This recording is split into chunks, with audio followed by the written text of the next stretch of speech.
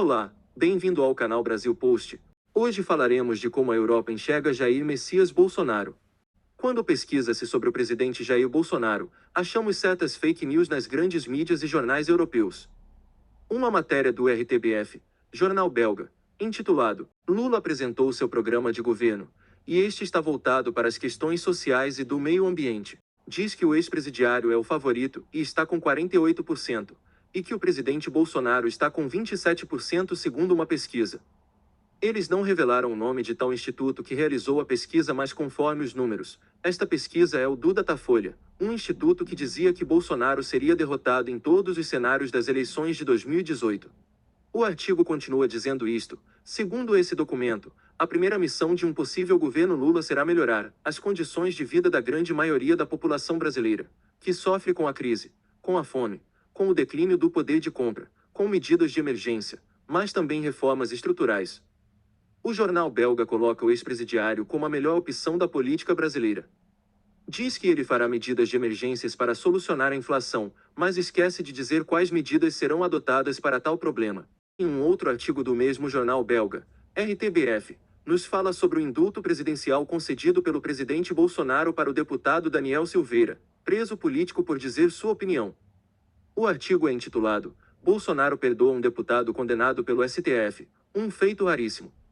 A matéria diz, publicado em decreto no Diário Oficial, este indulto presidencial concedido a um deputado próximo do chefe de Estado provocou um clamor, a oposição clamando por ruptura institucional.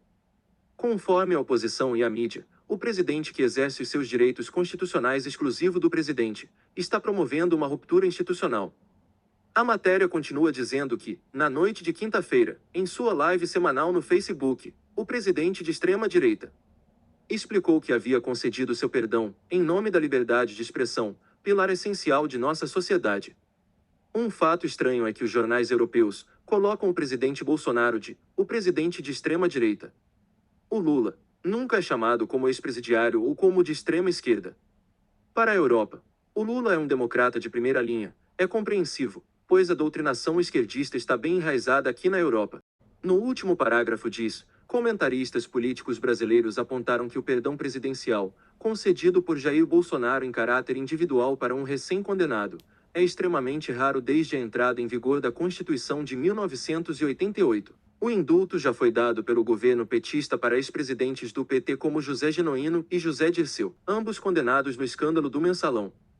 O maior indulto já dado na história da política brasileira foi do STF, que burlou os processos criminais e soltou o ex-presidiário Lula. Concordo que este indulto dado pelo presidente Bolsonaro foi raríssimo, pois deu a um deputado preso por dar sua opinião e não aos corruptos, assassinos e outros criminosos que eram dados pela esquerda durante os governos Fernando Henrique Cardoso, de Lula, de Dilma e de Temer. Em outro jornal belga, La Libre, nos fala sobre a Amazônia e o governo Bolsonaro. O artigo se intitula Bolsonaro diz que o Brasil pode desenvolver sua agricultura ao mesmo tempo preservando a Amazônia. No final do artigo diz que, enquanto isso, o desmatamento na Amazônia brasileira recuou em maio em relação ao mesmo período de 2021, mas atingiu seu segundo nível mais alto para esse mês do ano em 7 anos, mostraram dados oficiais nesta sexta-feira. E desde o início de 2022, a maior floresta tropical do planeta perdeu 2.867 km², um aumento de 12,7% em relação ao mesmo período do ano passado. Um fato interessante é que a mídia internacional nunca compara o desmatamento do governo atual aos governos anteriores. E por que isto? Segundo o jornalista Cláudio Humberto, do Diário do Poder, em sua coluna de 16 de junho de 2022, diz que o desmatamento com o Lula foi o dobro de Bolsonaro. Ele diz que a campanha do petista Lula tenta usar o desaparecimento do jornalista e do indigenista para alardear que promoverá o desmatamento zero na Amazônia, se for eleito. O problema é que, segundo dados do INPE, a Amazônia Legal teve 72,2 mil km² desmatados nos primeiros 3 anos do governo Lula. A área é mais que o dobro, exatos 112,3%, maior que os 34 mil km² registrados no mesmo período do governo Bolsonaro. O maior desmatamento da história do Brasil foi em 1995 com Fernando Henrique, 29,1 mil km². Lula é segundo e terceiro com 27,8 mil, em 2004, e 25,4, em 2003. O Lula promete agora o desmatamento zero, mas em 8 anos permitiu o desmatamento de 125,5 mil quilômetros quadrados. Média de 15,7 mil quilômetros quadrados por ano. Apesar do alarde de ONGs, a média de desmatamento de Bolsonaro na Amazônia é quase 30% menor que a de Lula, 11,3 mil quilômetros quadrados por ano.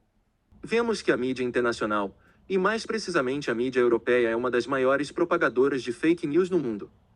Isso afeta diretamente a economia do Brasil, pois muitos investidores estrangeiros se informam com esta mídia e analisando as matérias jornalísticas. Pude ver que se a pessoa tem a mídia tradicional como instrumento de informação, ela nunca irá investir no Brasil, pois as realizações do governo Bolsonaro não são informadas, e as notícias veiculadas são fake news para denegrir a imagem do governo e de todo o país.